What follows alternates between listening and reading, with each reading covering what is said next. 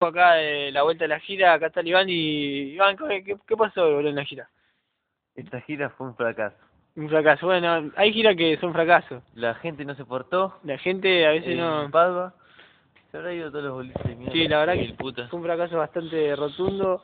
Recién de dónde volvemos, del pueblo, chico. Nos tomamos una birra ahí.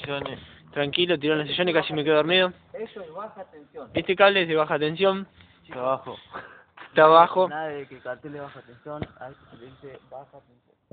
Bueno, este es el final de la gira. Ahora vamos a concluir con una foto y bueno, nada más para decir por hoy. Chao, que le vaya bien.